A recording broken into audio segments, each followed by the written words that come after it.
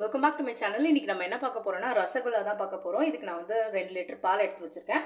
இப்போ இந்த வந்து பாலை வந்து காய்ச்சிக்கலாம். பால் இதில் சேர்த்துடுறேன். நல்லா திக்கான பாலை எடுத்துக்கோங்க, அப்போ தான் அந்த பன்னீர் வந்து நிறைய கொஞ்சம் திக்காக கிடைக்கும். இப்போ இது கொஞ்சமாக ஹை ஃப்ளேமில் வச்சு காய்ச்சிட்டு அதுக்கப்புறமா வினிகர் சேர்க்கலாம். நீங்கள் லெமன் இருந்தால் லெமன் சேர்த்துக்கோங்க. நான் இன்றைக்கி வினிகர் எடுத்துருக்கேன். பால் நல்லா கொதிக்குது. இந்த ஸ்டேஜில் நம்ம வினிகர் ஆட் பண்ணலாம்.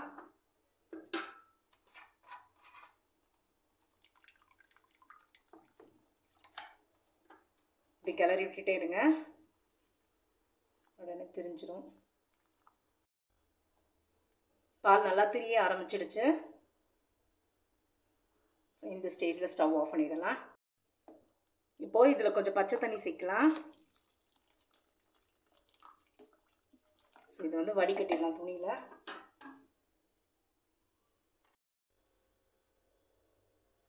நான் வெள்ளை துணி எடுத்திருக்கேன். இப்போ இதில் வந்து ஃபில்டர் பண்ணிக்கலாம்.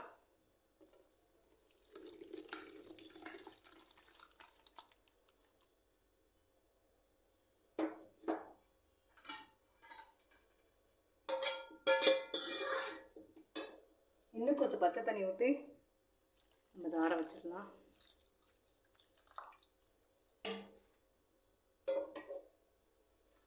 இப்போ இதை நல்லா புழிஞ்சி எடுத்து வச்சிடலாம். இருக்கிற எக்ஸஸ் வாட்டர்லாம் வெளியே வரட்டும்.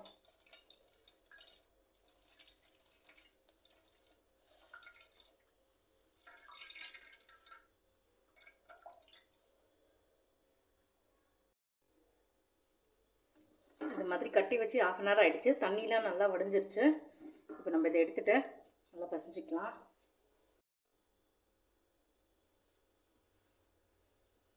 இப்போது பன்னீர் இதில் எடுத்துடலாம்.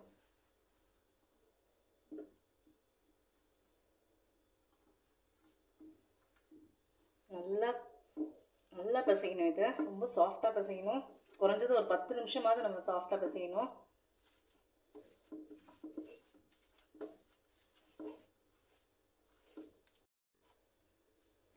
இப்போ ஒரு 5 மினிட்ஸ் ஆயிருக்கு. பாருங்கள் இப்படி வந்திருக்கு. இன்னும் ஒரு 5 மினிட்ஸ் நல்லா நம்ம பசிஞ்சிக்கலாம். இப்போ ஒரு 10 நிமிஷம் ஆயிருக்கு. பாருங்கள் இவ்வளோ சாஃப்டாக வந்திருக்கு. இது வந்து ஒரு பால் மாதிரி உருட்டிக்கலாம். இப்போது இதை வந்து குட்டி குட்டி பால்ஸாக உருட்டிக்கலாம். வெடிப்பே இல்லாமல் உருட்டுங்க.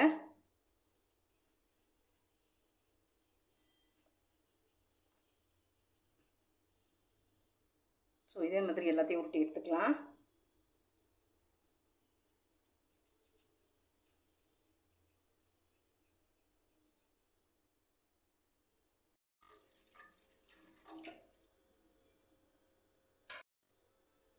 நான் இப்போ ஒரு அகலமான பாத்திரத்தில் தண்ணி வச்சுருக்கேன்.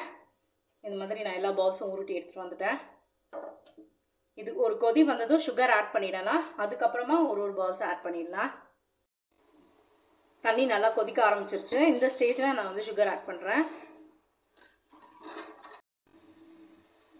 தண்ணி நல்லாவே கொதிக்குது சக்கரை ஆட் பண்ணதுக்கப்புறம். இப்போ ஒரு பால்ஸ் அதில் ஆட் பண்ணிடலாம். ஸ்டவ் ஹை ஃப்ளேமில் வச்சுருங்க. ஒரு 5 மினிட்ஸ் இது ஹையாக இருந்துட்டு அதுக்கப்புறம் ஒரு 10 மினிட்ஸ் வந்து லோ ஃப்ளேமில் நல்லா வேகும்.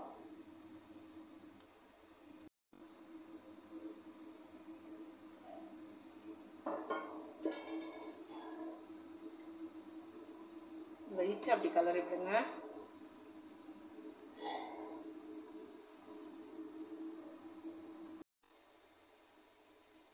ஒரு 5 மினிட்ஸ் ஆகிடுச்சு. பாருங்கள் கொஞ்சம் நல்லா பெருசாக இருக்குது.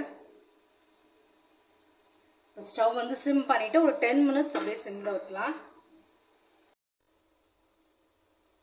இப்போ ஒரு 10 மினிட்ஸ் ஆகிடுச்சு. நான் லோ ஃப்ளேம்லேயே அப்படியே வச்சுருந்தேன். 3 ஏலக்காய் தட்டி வச்சுருந்தேன். இப்போ இதில் சேர்த்துடலாம். ரொம்பவே டேஸ்டியான ரசகுல்லா ரெடி ஆகிடுச்சு. ஜீரா நல்லா ஊறி இருக்கு. வாவ், நீங்களும் ட்ரை பண்ணி பாருங்கள். குழந்தைங்களுக்கும் கண்டிப்பாக பிடிக்கும். இந்த வீடியோ பிடிச்சிருந்தா லைக் பண்ணுங்கள், ஷேர் பண்ணுங்கள், சப்ஸ்கிரைப் பண்ணுங்கள். தேங்க்யூ.